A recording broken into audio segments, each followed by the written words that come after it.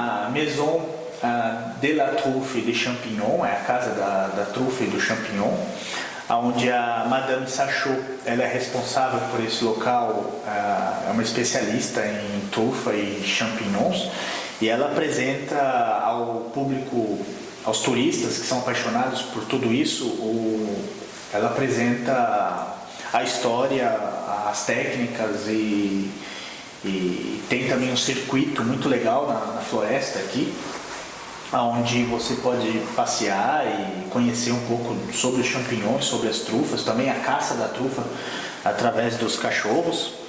La Maison de la Truffe et des Champignons est un centre d'interprétation où on explique par une salle d'exposition champignons à la recherche de truffes en plein bois, ce qui est beaucoup plus passionnant que sur une plantation. Et puis bien sûr, la visite se termine par une belle dégustation de produits locaux et même certains exclusifs Maison de la Truffe, Magnifique. Avec des explications et plein d'autres choses. Então realmente é único esse local, as degustações de produtos, como vocês estão vendo aqui, produtos à base de trufa e de champignon, a degustação após a visita é uma coisa extraordinária e é um prazer enorme fazer parte desse projeto. Eu trago sempre turistas aqui para conhecer tudo isso. E bom, é um prazer enorme. Merci beaucoup, merci beaucoup. À bientôt.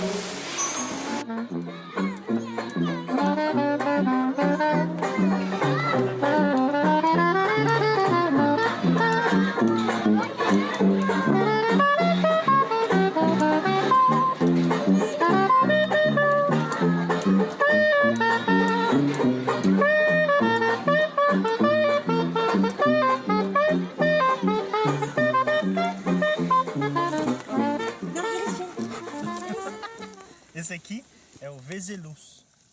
Ele é uma espécie de fungo. Ó.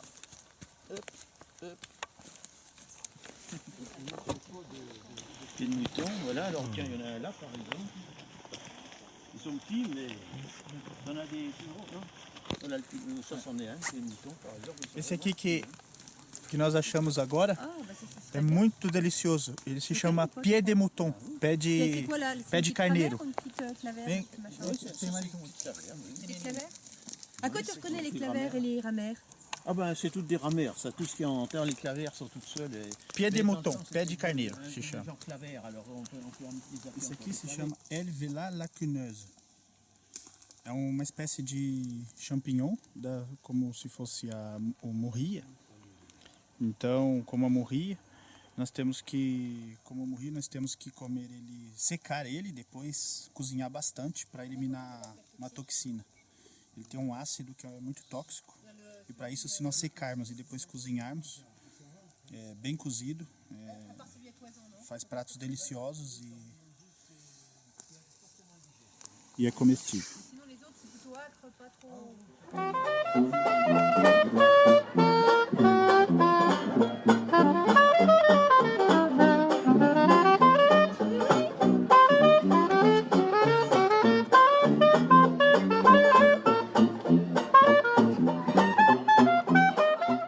Mon nom c'est Jean-Claude Verpeau, je suis le président de la Société mycologique de la Côte d'Or.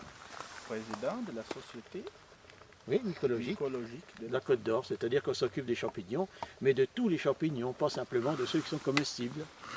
Alors, c'est-à-dire que, bon, là, on peut trouver au cours de l'année à peu près 15 000 champignons, et sur ces 15 000 champignons, on peut dire qu'il y en a 10, 15, disons 20, qui pourraient avoir les honneurs de la table, c'est-à-dire très très peu. Les toxiques, il y en a encore moins, c'est-à-dire qu'il y a très très peu de champignons toxiques. Là, on peut trouver 3, 4, 5 champignons toxiques, pas plus. Hein, et tout le reste, c'est des champignons qui sont sans intérêt pour la cuisine. Hein. Dites-nous 5 principaux champignons comestibles de la Côte d'Or. Alors, les champignons, ce qui est assez paradoxal, le champignon le plus consommé en Bourgogne et Franche-Comté, c'est le nébuleux, qui est considéré comme toxique dans tout le reste de la France. Hein? Alors bon, les Bourguignons ont peut-être l'estomac plus solide que les autres, je connais, c'est les solides. C'est le vin, le bon vin, le bon pinot noir. Ouais, c'est peut-être le pinot qui rend le champignon meilleur. Voilà, donc alors bon, le nébuleux. Ensuite, à cette saison, c'est le petit gris de sapin. Le petit gris de sapin qui est le tricolome terreux, qui est un champignon tout à fait appréciable. Hein, quand, c'est pareil, c'est un champignon qui n'a pas beaucoup de goût. Bon, merci Jean-Claude pour cette explication.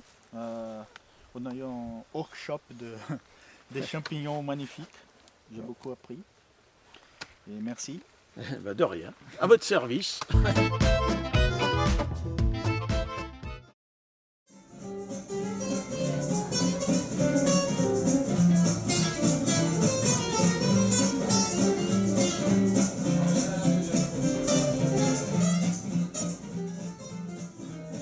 Como estamos no outono na Borgonha, a caça é uma tradição desde a época dos duques por aqui. Saímos para caçar algo como o sanglier, que é o javali, ou o chevreuil, uma espécie de cervo, muito apreciado por sua carne intensa e macia. Isso se passou no vilarejo de Beuvy, onde meu amigo prefeito, Thomas Cagnan, é quem comanda as caças por aqui. Após uma manhã sem nenhum abate, com mais de 30 caçadores de toda a Côte d'Or, nos reunimos na cabana de caça para um choucroute, muitos bons vinhos e muita convivialidade, para o sorteio de quem teria as determinadas funções no grupo na parte da tarde.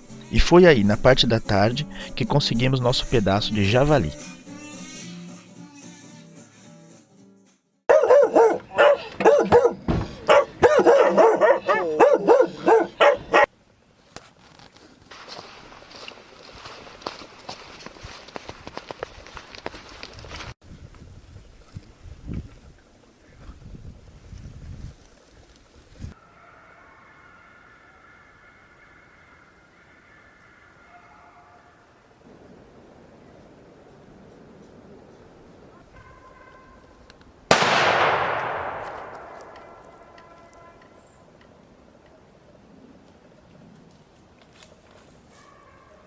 Ça y est?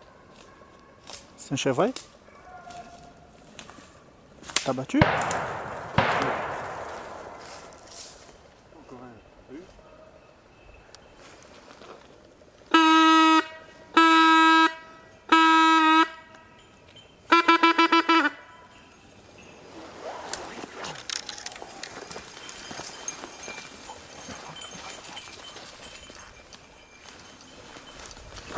Monsieur Cagnan,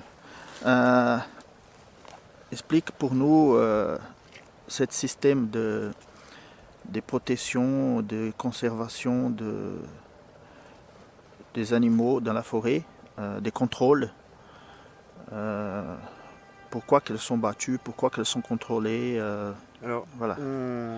en forêt, on a une forêt là, de 1000 hectares où on estime une population de chevreuils, de cerfs, de sangliers. Et pour maintenir la population ou la diminuer, s'il y a trop d'animaux et qu'il y a trop de dégâts dans les cultures ou trop de dégâts en forêt, on va attribuer des bracelets, des animaux à chaque espèce. Donc là j'ai un bracelet de chevreuil pour la chevrette que je viens de prélever. J'ai un bracelet de sanglier. On n'en a pas vu, mais si on avait prélevé un sanglier, j'aurais mis le bracelet de sanglier. Combien de chevreuils, par exemple, cette bête-là que vous avez battue, combien par an vous avez le droit à peu près? 82 chevreuils. 82 chevreuils. 82 chevreuils. On a Pour le toute droit. l'association. Pour toute l'association. On a droit à 25 sangliers, 6 cerfs, 3 biches et 3 fans. Merci et félicitations. Merci beaucoup. C'est notre tradition, c'est un savoir-vivre, un savoir-faire magnifique.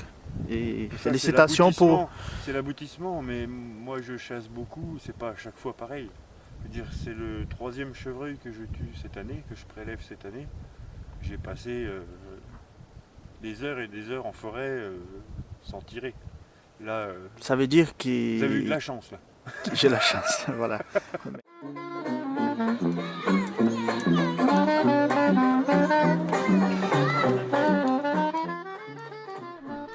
Fomos convidados para uma degustação privada em barricas pela Maison Aubert Bichot.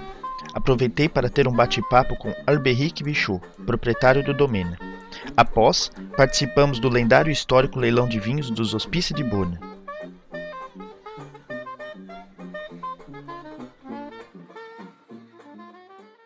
David, Oui. Explique-nous un peu aux Brésiliens la philosophie de Clos Frontin, qui c'est ces lieux magnifiques, cette cave incroyable. Alors, comme tu le vois, effectivement, on est dans des caves incroyables, des caves qui datent du XVe siècle. Et le domaine du Clos Frontin, c'est un des domaines de la maison Albert Bichot. C'est le domaine consacré aux appellations de la Côte de Nuit. La Bourgogne est divisée en différentes petites régions. La plus au nord, en Côte d'Or, à côté de Beaune, c'est la Côte de Nuit. Et donc, à ce domaine, au Clos Frontin, on a plusieurs appellations avec des parcelles qu'on va donc vendanger et amener dans ce domaine. Et je vais te citer quelques appellations. On a notre vin le plus prestigieux, un Vaune Romanée premier cru, les Malconsorts. Tu connais la Romanée Conti, on est donc dans ce secteur, des vins très en élégance. On a des échezeaux, des grands échezeaux, Richebourg, un vin magnifique, très texturé. On a également bien sûr des Nuits Saint-Georges, parce qu'on est dans une petite ville qui est Nuits Saint-Georges. Oui, vraiment au centre de Nuits Saint-Georges. Vraiment au centre de Nuits Saint-Georges. Oui. On est juste à côté de l'ancien hospice de Nuits Saint-Georges. D'accord. Ces caves du XVe siècle, tu as peut-être vu tout à l'heure, voilà, on a des vieilles pierres, on a tous ces alignements de fûts, on est vraiment dans un lieu chargé d'histoire, Voilà. mais un lieu vivant. Oui, une vraie cave bourguignonne. Une vraie belle histoire, magnifique. Bon, on va se rencontrer après pour parler de la participation de la maison Albert Bichot aux hospices demain. Bon, merci pour cet accueil, cette dégustation incroyable. Je t'en prie, un grand plaisir. Grand plaisir. À très bientôt. Merci.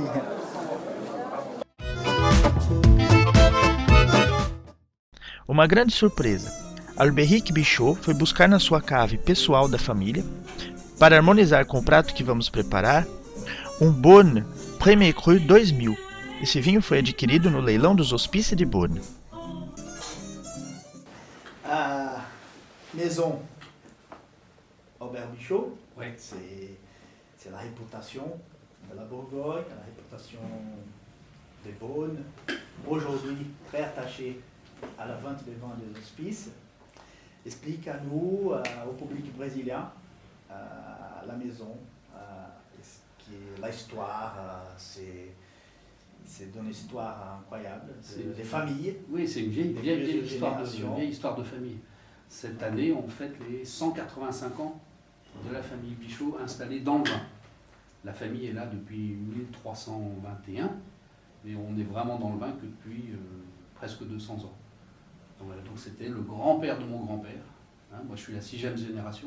Voilà, donc ils avaient créé le domaine familial. Déjà donc, au début du 19e siècle, et puis après on a vécu et on a évolué avec l'histoire des pays, les guerres, l'histoire de la vigne, de la technologie, des techniques, et puis tout ça aujourd'hui pour avoir un domaine un petit peu plus de 100 hectares, et puis une activité à côté de vinificateur où on achète des raisins et qu'on vinifie dans nos différents domaines, que ça soit à Chablis, à Nuits Saint-Georges pour la Côte de Nuit, à Beaune pour les Blancs, et puis à Pommard, là où j'habite, pour tous les vins rouges de la Côte de Beaune. Ok, jusqu'à Côte de Beaune, la côte Jusqu'à chalonnaise. Et puis Côte Chalonnaise, où là on a un petit domaine à Mercurey, qui s'appelle le domaine Adélie. C'est quasiment notre dernier domaine. Adélie, c'est ma fille, en fait, j'ai une fille qui a 12 ans, qui s'appelle Adélie. C'est pour ça le nom du domaine. Et c'est pour ça. Voilà. Bon, pour parler un peu sur les ventes des vins des hospices des Beaune, aujourd'hui la maison elle est très attachée aux hospices des Beaune. Comment ça se passe aujourd'hui au niveau aux enchères, après l'élevage de vin, tout le rapport avec les clients qui sont aujourd'hui très liés à cette philosophie des hospices, et vous avez une relation avec les clients pour le travail des Alors c'est hospices vrai de déjà, Beaune. Historiquement, Albert Bichot, les hospices, c'est une vieille histoire. Les hospices de Beaune, c'est quasiment 160 ans de vente annuelle. Et puis nous, on achète, mon arrière-grand-père achetait déjà ses toutes premières cuvées en 1902-1903. Et depuis, on a toujours continué.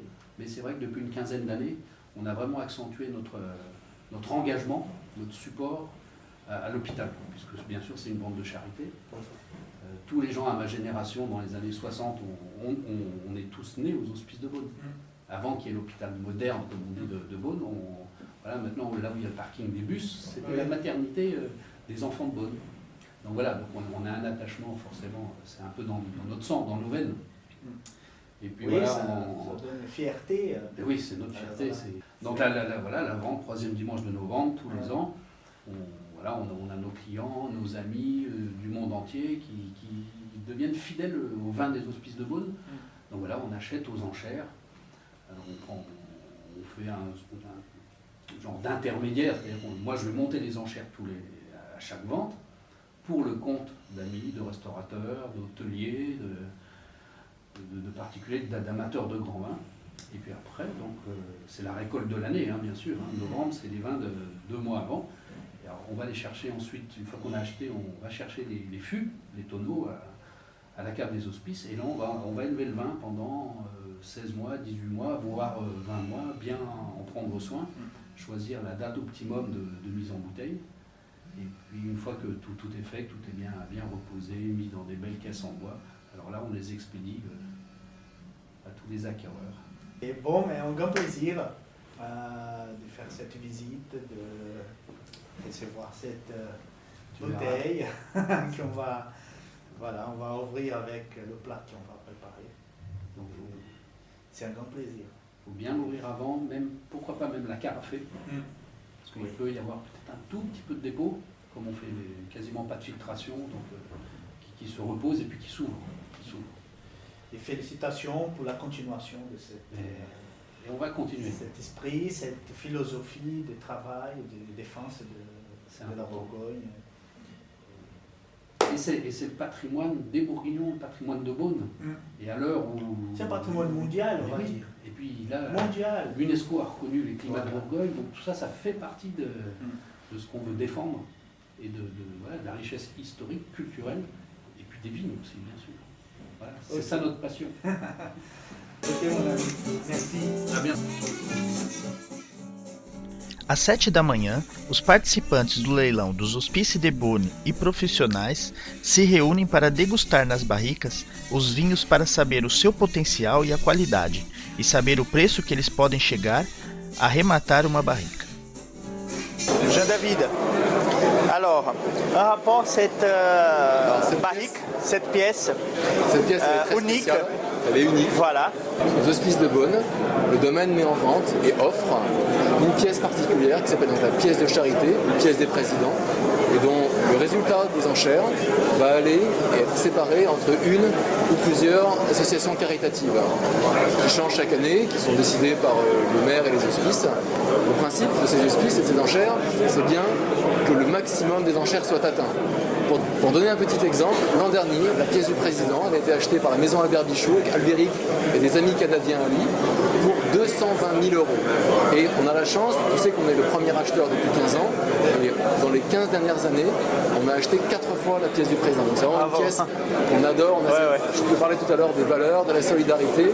On a vraiment cet esprit dans la maison de faire partager l'amour des vins de Bourgogne, mais aussi bien sûr cette charité et l'esprit de cette vente aux enchères. Donc on espère cette année, cette pièce elle va être en vente tout à l'heure, et on espère que le résultat sera le plus élevé possible, parce qu'encore une fois c'est de l'argent qui est donné à ces associations. Donc il ne faut vraiment pas hésiter, si on a des gens en France, au Brésil, qui sont intéressés, nous on peut bien sûr après se charger de l'élevage. Vous savez que l'année dernière, c'est un Brésilien qui a été disputé jusqu'à la fin, disputé avec Albéric. C'est Albéric qui l'a acheté, mais ça aurait pu être quelqu'un du Brésil. On espère bien sûr un jour que ça sera quelqu'un du Brésil qui aura cet honneur.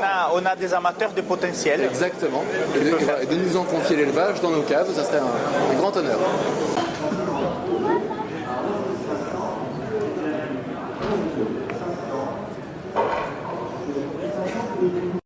À 110 000 l'enchère est offerte. Voulez-vous 120 000 110 000, c'est nous. Madame Rose, je les adjugés, j'ai bien vu, à 105 000 €. J'adjuge. Merci beaucoup. Adjugé 105 000. 329 000. Madame 10 000. Oui, l'enchère à votre droite. Sous le 85, nous débutons à 18 000. Adjugé 13 000. Vous voulez 1, 2, et je peux voir votre madame, s'il vous plaît. 13 000, adjugé au 169. francs les 2 pièces restantes. Nós estamos agora, a pièce do presidente, nós estamos num valor já de 200 mil euros na pièce de presidente, um Corton Renardo. E vamos ver até quanto que ela vai ser vendida. Pour vous, 290 000, 300 000,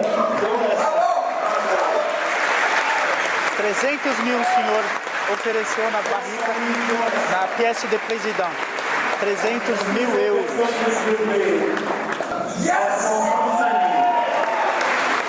335 mil. 70 000, on va aller, non, c'est pas... Passamos a 470 mil euros a barrica do Corton Renardo Grand Cru, que vai ser doada, esse valor vai ser doado para fazer uma caridade. É um momento muito emocionante, muito legal.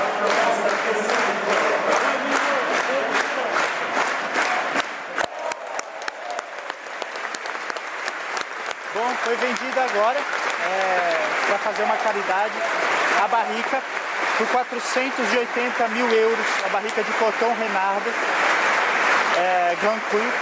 É um momento muito emocionante, um momento mágico para nós que amamos o vinho, que amamos o mundo do vinho, toda essa magia. É impressionante a alegria que eu tenho de estar aqui apresentando para vocês esse momento único, esse momento mágico aqui em Beaune, a Vente de Vin, dos Hospices de Beaune, esse maior leilão de vinhos do mundo, um momento magnífico.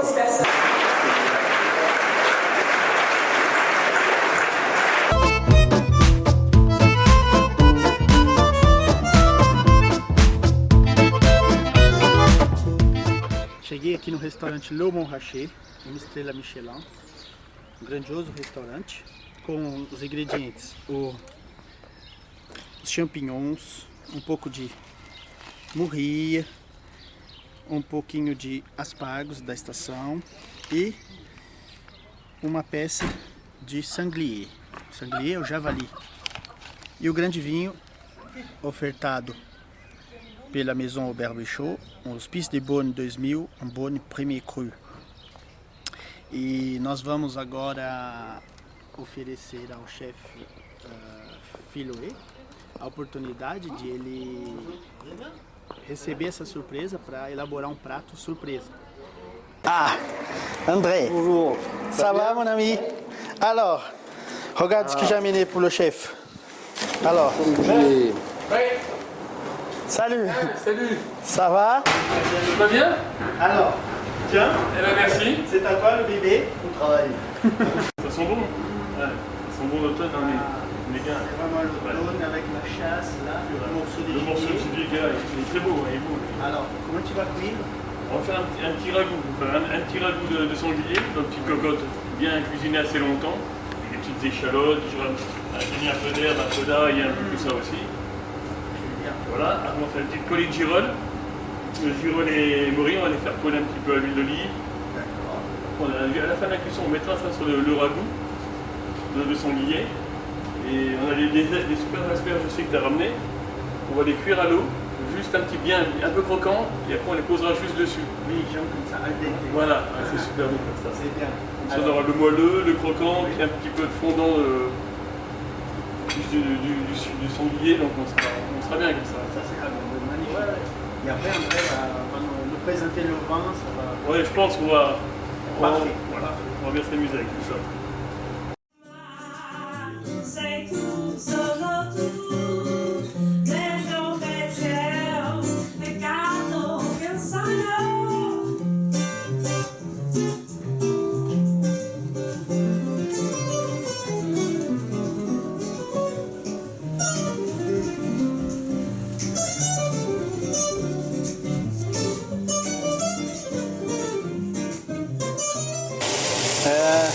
Eu, particularmente, eu dei uma ideia para o Luc de colocar um pouco de conhaque nessa carne, eu acho que vai ficar bem legal. Allez Luc, tu vas mettre le cognac, tu m'as dit? Je vais mettre un peu la garniture avant, ah oui? un tout petit peu. Super.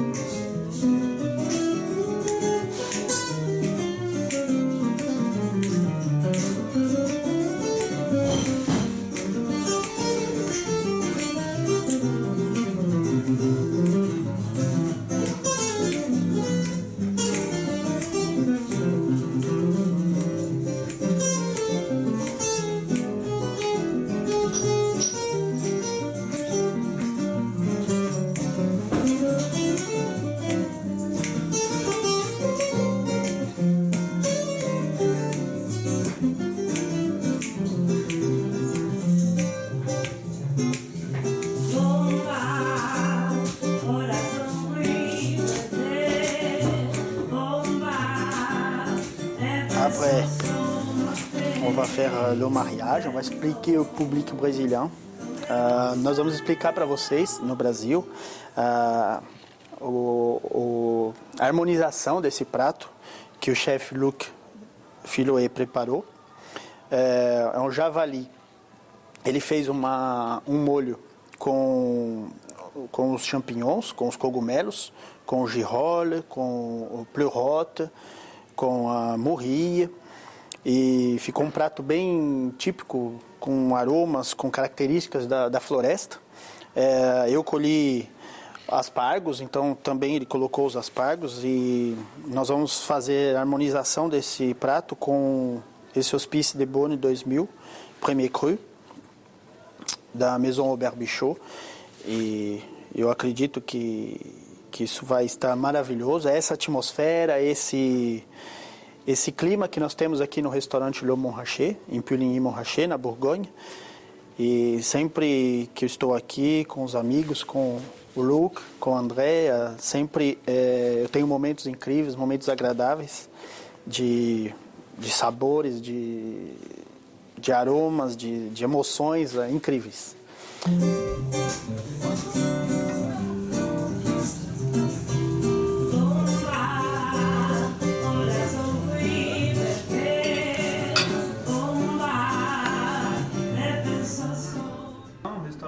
Étoilé, c'est un étoile. Étoilé, étoilé, mais je sens comme chez moi. C'est ça, en même temps que c'est raffiné, c'est voilà, gastronomique. Des produits. C'est simple. Ouais, voilà. J'aime bien ta cuisine parce qu'elle est simple, et en même temps elle est raffinée. Voilà, ça fait les deux, et c'est ça qu'on cherche. Ouais. Et, voilà. Et après, un petit peu d'histoire. Vous sommes une espèce de famille ici parce que ça fait beaucoup de temps que vous travaillez ensemble avec le gérant, monsieur le directeur, monsieur Gazaille, oui. Thierry. Ça fait 30 ans qu'il est là. Voilà, et 30 ans. Monsieur Gazaille, oui. Et toi, tu me dis 20 Ça fait 20 ans. 20 ans. Et le plus jeune? Le plus jeune, ça fera 12 ans. Um grande prazer ter apresentado para vocês esse lado da Borgonha, mais ao sul, da Côte de Beaune, onde nós fazemos grandes vinhos brancos, o berço da Chardonnay, onde nós temos o Grand Cru, o Montrachet, o reputadíssimo Grand Cru Montrachet. Por isso o nome Puligny-Montrachet, o vilage se chama Puligny-Montrachet. E aqui no restaurante que leva o nome também desse pedaço de terra, desse Grand Cru, o nome do restaurante também é Montrachet, Le Montrachet, que também é um hotel, também funciona como hotel. E é um local magnífico, um local incrível, que para quem ama a boa mesa, grandes vinhos, o savoir-vivre francês, é um lugar indispensável para se visitar. E eu deixo vocês esse programa, esse episódio do Caves e Sabores, com esses aromas da verdadeira França, da França profunda, da Borgonha profunda, onde nós apresentamos uma caça, o javali, o sanglier, onde nós colhemos os aspargos, que é da estação, ou seja, estamos saindo do outono, então temos os cogumelos, e isso tudo faz aromas de uma saída de outono, entrada de primavera, e estamos maravilhados com isso tudo, e até a próxima!